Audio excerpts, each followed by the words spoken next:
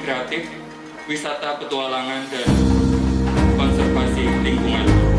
Anak-anakku sekalian yang saya hormati, tentunya bahwa tujuan pariwisata itu tidak hanya berprinsip bukan hanya bagaimana mendatangkan wisatawan, bukan hanya itu, tetapi bagaimana kita mampu menciptakan citra daerah atau brand city.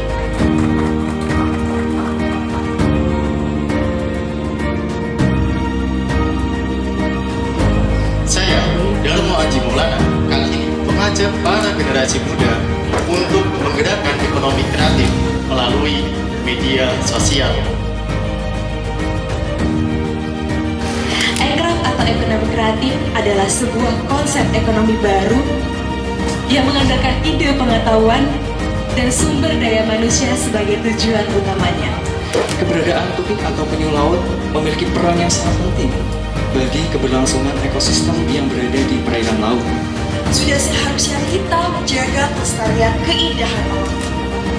Dan tanpa kita sadari, sebagian kerusakan alam yang terjadi tidak lain adalah akibat dari manusia itu sendiri yang tidak peduli dengan kelestarian alam.